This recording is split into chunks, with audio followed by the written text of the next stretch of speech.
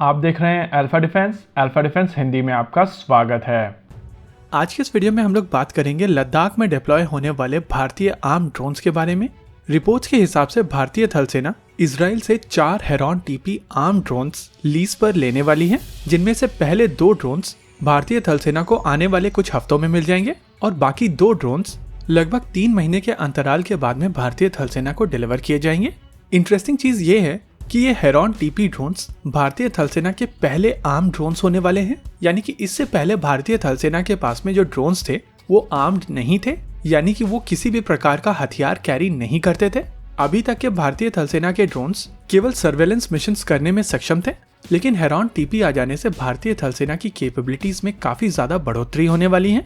वैसे भारतीय थल सेना और वायुसेना मिलकर लगभग 90 हेरॉन ड्रोन्स ऑपरेट करती है, लेकिन जो लीज पर ड्रोन्स लिए जाने हैं यानी कि हेरॉन टीपी, वो इन्हीं ड्रोन्स का एडवांस वर्जन है। हेरॉन टीपी काफी ज्यादा बड़ा ड्रोन है, साथ ही ये सिस्टम कंपैरिजन में काफी ज्यादा पेलोड ले जाने में सक्षम है। माना जाता है कि एक हेरॉन टीपी ड्रोन 2700 केजी का पेलोड ले जा सकता है। ये पेलोड इसके सेंसर्स, टारगेट डेजिग्नेटर और ऑर्डिनेंस तीनों मिलाकर होता है।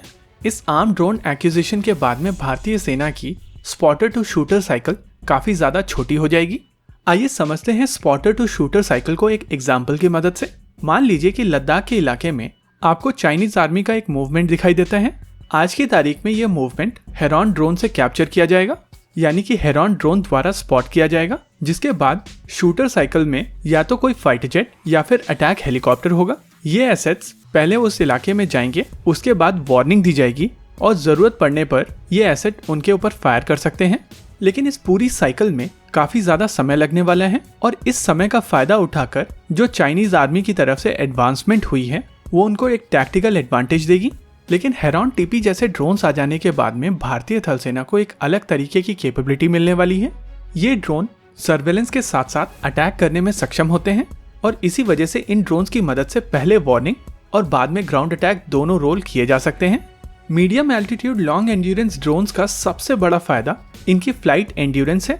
एक typical medium altitude long endurance drone लगभग 24 आवर्स तक यानी कि 24 घंटे तक हवा में रह सकता है और माना जाता है कि हेरॉन टीपी की एंड्योरेंस इससे भी ज्यादा है। इस तरीके की एंड्योरेंस के साथ में ये ड्रोन्स ज्यादा लंबे समय तक एक गिवन इलाके के ऊपर नजर रख सकते हैं। साथ ही क्योंकि ये ड्रोन्स आर्म्ड हैं, इस वजह से मिशन की फ्लेक्सिबिलिटी भी काफी ज्यादा होती है। वैसे ऐसा नहीं है कि हेरॉन टीपी आने से पहले भारतीय थल सेना के पास में दूसरे ऑप्शंस नहीं थे।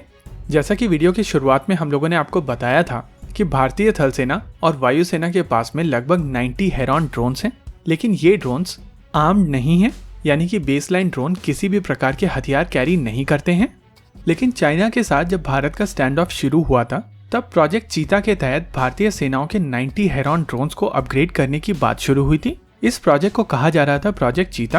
प्रोजेक्ट चीता के तहत भारतीय थल सेना और वायुसेना के हेरॉन ड्रोन्स को इक्विप किया जाएगा laser guided bombs, air to ground munition और air launch anti tank guided missile से। हालांकि अभी तक ये चीज क्लियर नहीं है कि भारतीय थल सेना और वायुसेना की तरफ से इस प्रोजेक्ट को आगे बढ़ाया गया है या फिर ये प्रोजेक्ट आने वाले समय में पूर्ण किया जाएगा। हालांकि इन ड्रोन्स के साथ में एक परेशानी है, इन ड्रोन्स की रेंज काफी ज्यादा लिमिटेड है और ये लाइन ऑफ साइट कम्युनिकेशन के साथ ही आते हैं और इस तरीके की कमांड और कंट्रोल लद्दाख जैसे इलाके में काफी ज्यादा डिफिकल्ट हो जाती है, क्योंकि वहां की टेरेन बहुत ज्यादा दूर तक line of site communication allow नहीं करती है, क्योंकि आपके बेस स्टेशन और ड्रोन के बीच में बहुत सारे ज्योग्राफिकल फीचर्स आ जाते हैं, जैसे कि पहाड़ियां, और इस लिमिटेशन को ओवरकम करने के लिए सैटेलाइट कम्युनिकेशन का प्रयोग किया जाता है। हेरॉन टीपी सैटेलाइट कम्युनिकेशन के साथ में आता है और इसी वजह से माना जाता है कि इस ड्रोन की रेंज लगभग 1000 किलोमीटर तक की है।